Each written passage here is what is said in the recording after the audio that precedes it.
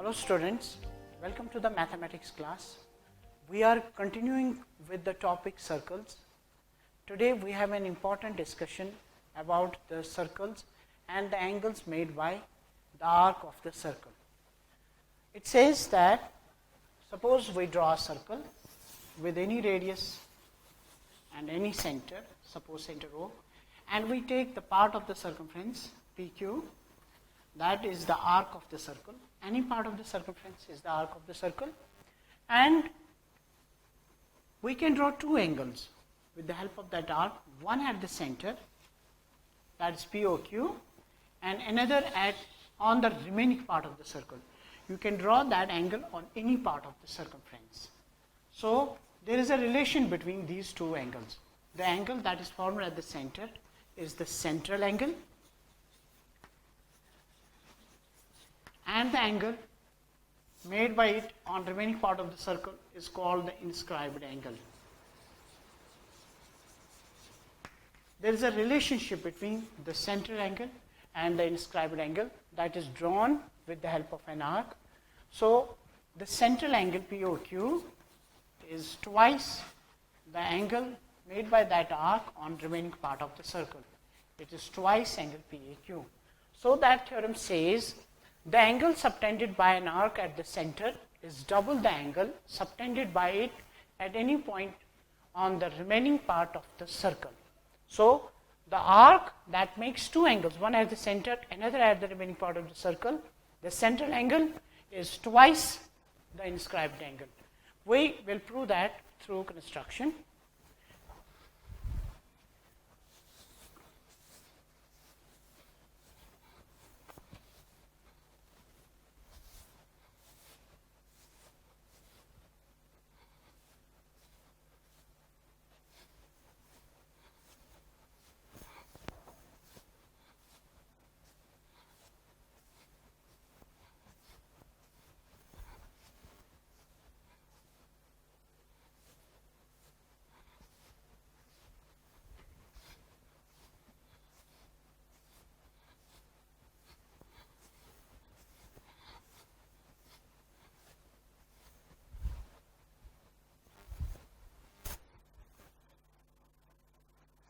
We draw a circle with center O, and we take any arc PQ, and then we draw angle POQ and another angle on the remaining part of the circle is PAQ.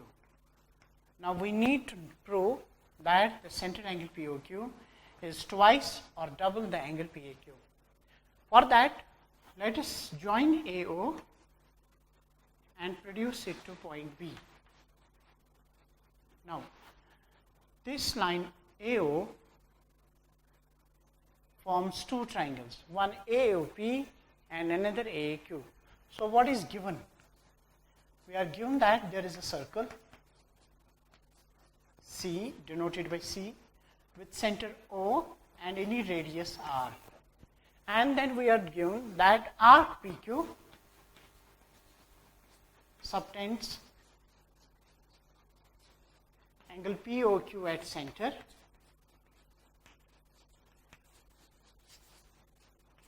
and angle PAQ on remaining part of circle.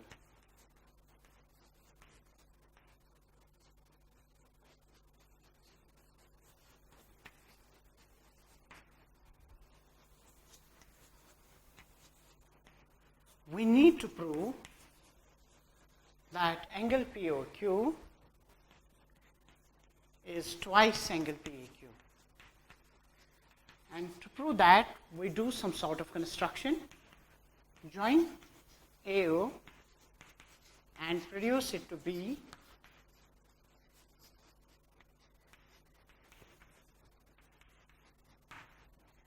Now, we will prove that with the help of triangle AOB. If you concentrate on triangle AOP, you find OA is equal to OP. Why is OA equal to OP? The reason is simple, because these are the radii of same circle. We write radii of same circle.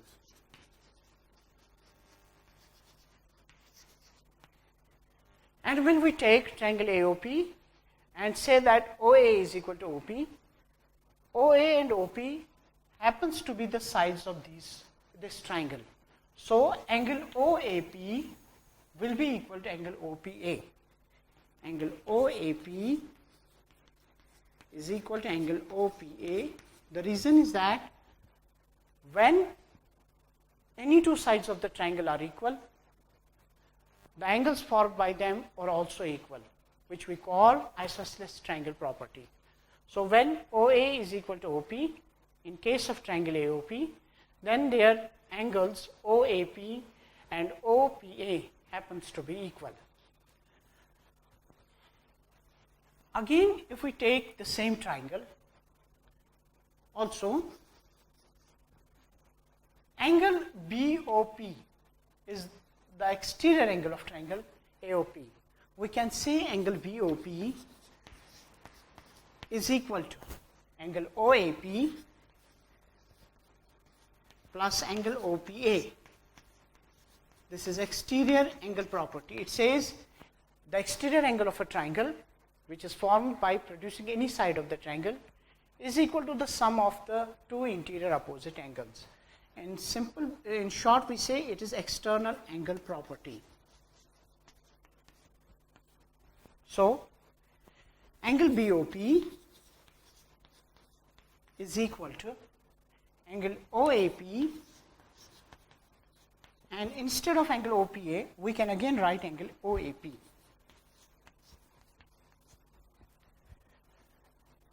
The result comes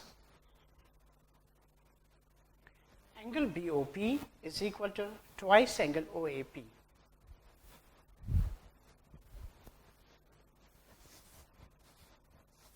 So angle BOP is twice the angle OAP, put as equation 1. Now, if we repeat the same with triangle AOQ, we will get angle OAQ is equal to angle OQA, and angle BOQ will be equal to twice angle OAQ. Similarly, we can prove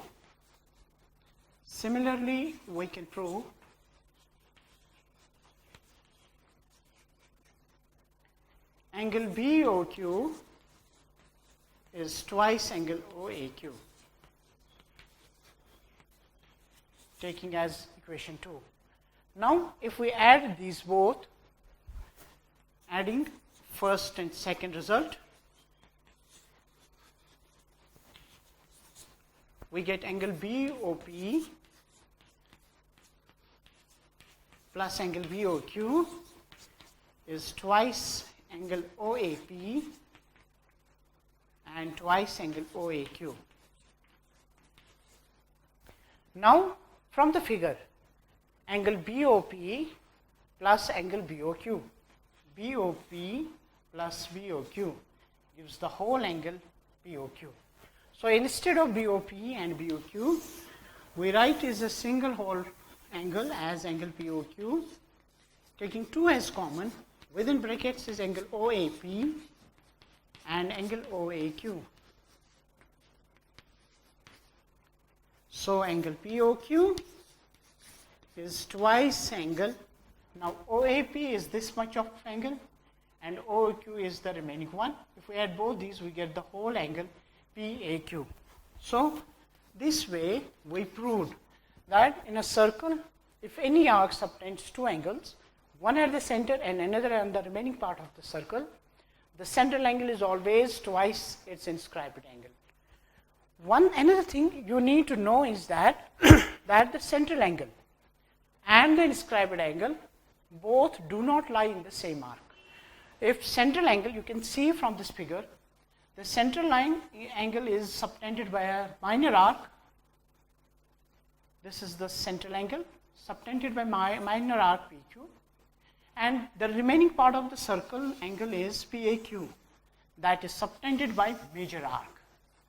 So, every time the central angle and the inscribed angle both lie in different arcs. If one lies in the minor arc, other will lie in major arc. If central angle lies in major arc, the inscribed angle will lie in minor arc. So,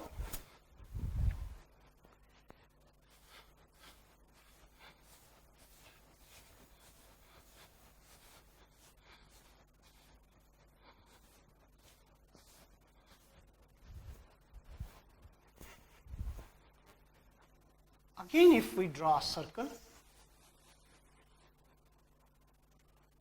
with center O, and you can find out, suppose this is PAQ, an inscribed angle. You can see that angle PAQ is the angle on the remaining part of the circle. And where does its central angle lie? Because PAQ lies in the minor arc, then the central angle POQ lies in the major arc. This will be its central angle. So, for that figure, we can say reflex angle, because it is more than 180, reflex angle POQ is twice angle PAQ. And to prove that, the same argument is that what we did before that to prove these angles. So, reflex angle POQ will be twice the angle PAQ. Another thing you learned that the inscribed angle, the angle on the remaining part of the circle, is always obtuse in the minor arc, and for the major arc it will be acute. Now, if we have two same arcs,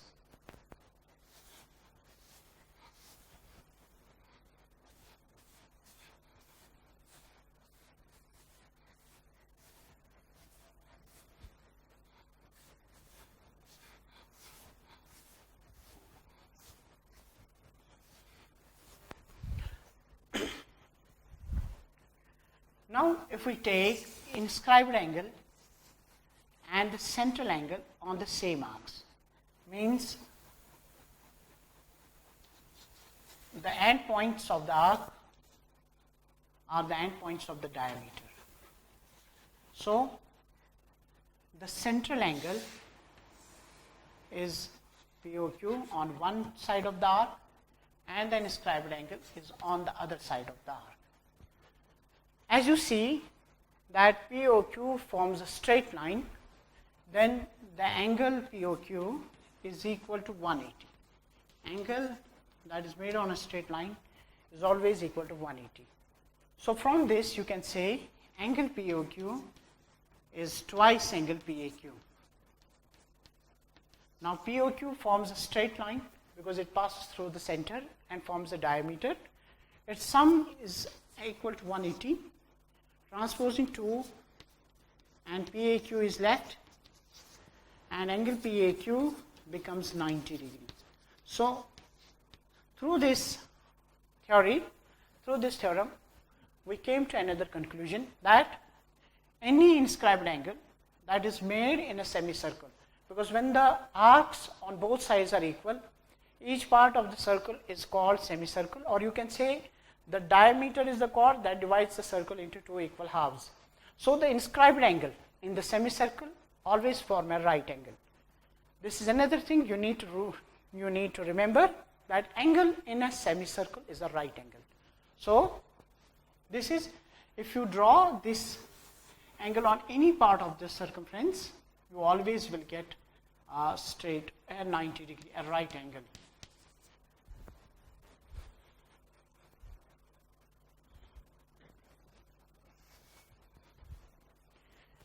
There is another result of the theorem. If we take any arc PQ and draw more than one angles on the remaining part of the circle. Suppose we take arc PQ and the angles drawn on the remaining part of the circle is PAQ and PBQ. This is the center. We can call these angles in the same segment. Now, what do we need to prove? These are angles. This is the arc PQ that subtends angle PAQ and angle PBQ on remaining part of circle.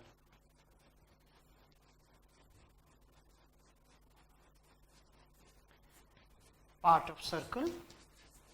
Now we need to prove that both these angles are equal. We call them angles in the same segment. Whenever we have as many angles on the remaining part of the circle that are drawn on the same arc, the angles happen to be equal. We call them angles in the same segment. How can we prove that? Now simply join O to P and O to Q. Now arc PQ subtends angle POQ at center and PAQ on the remaining part of the circle. So by the previous theorem, we come to the conclusion that central angle POQ is twice angle PAQ. Keep as equation 1. And same in case of angle PBQ. The arc PQ subtends angle POQ at center and PBQ on remaining part of the circle. Angle POQ is twice angle PBQ. This is the second one. Now from first and second you see that the left side of both the angles is equal. So comparing first and second, when two things are equal to the same thing, they are equal to one another. So we can say twice angle PAQ is equal to twice angle PBQ, or you can simply erase 2 from both sides, and what the result is that PAQ is equal to angle PBQ. So the conclusion comes that these two angles are equal. We call them angles in the same segment. So remember that we can say angles in the same segment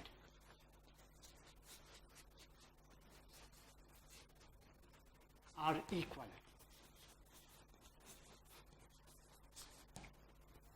Hope that you understood this question, and you can do the questions related to such type of problems on the book yourself. Let us take one example for that question.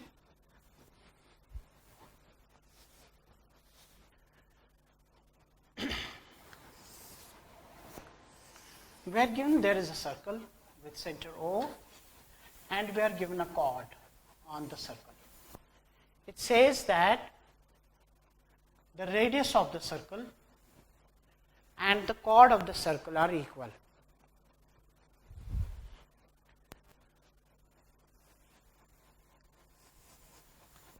Suppose we draw a chord AB, and suppose it is equal to the radius of the circle. Now the chord forms two arcs. One, suppose take it as APB, it is a minor arc, and take it as AQB, the major arc. This chord divides the circle into two arcs, minor arc and major arc, or you can say minor segment and major segment. Now APB is the angle that is made by that arc on remaining part of the circle, and AQB is another angle on another part of the circle made by arc AB. Now we need to know what is the measure of these two angles that are drawn on the minor and the major segments, or minor and major arcs. Now we are given that the chord of the circle is equal to the radius of the circle. Already AP is equal to PB, because these are the,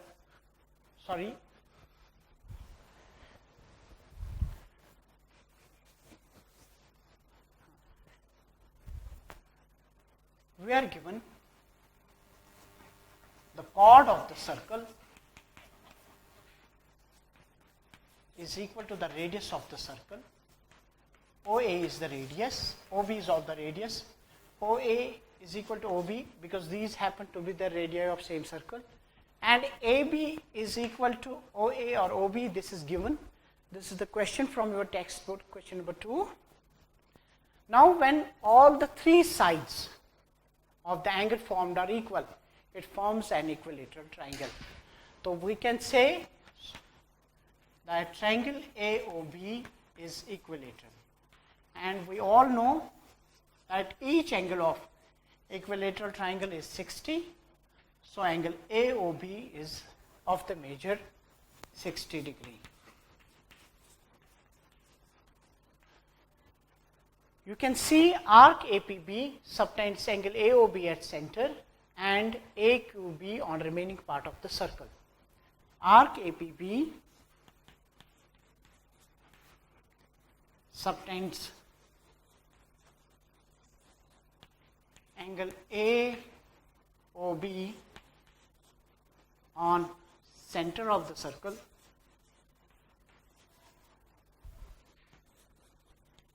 and angle AQB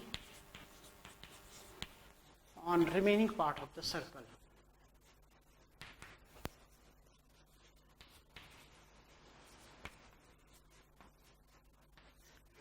So by theorem we did earlier, angle AOB is twice angle AQB.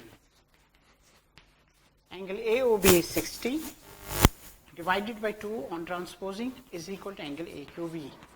So angle AQB is equal to 30 degree.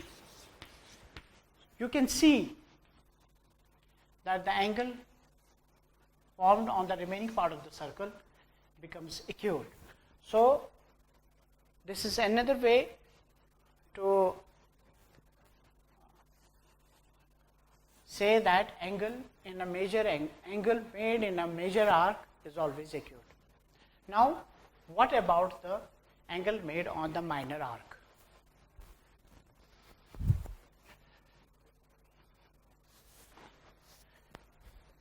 Angle AOB and the reflex angle AOB, their sum is always equal to 360 because it forms angle in a point. So angle AOB and the sum of its reflex angle AOB is equal to 360 degree because it forms a complete angle. Angle AOB is already 60 degree. Then reflex angle AOB is 360 minus 60, that is 300 degrees.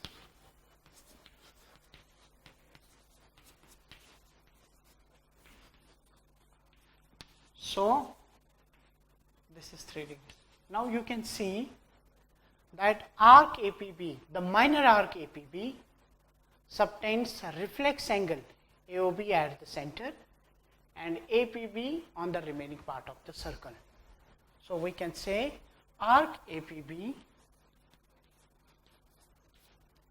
subtends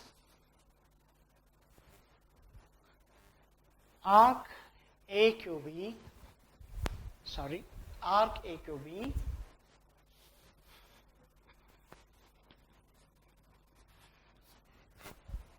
subtends reflex angle AOB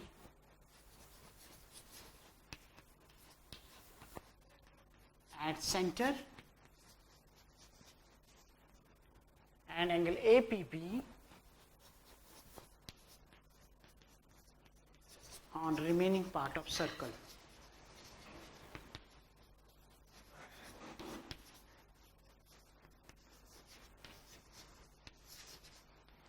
Therefore, we can say reflex angle AOB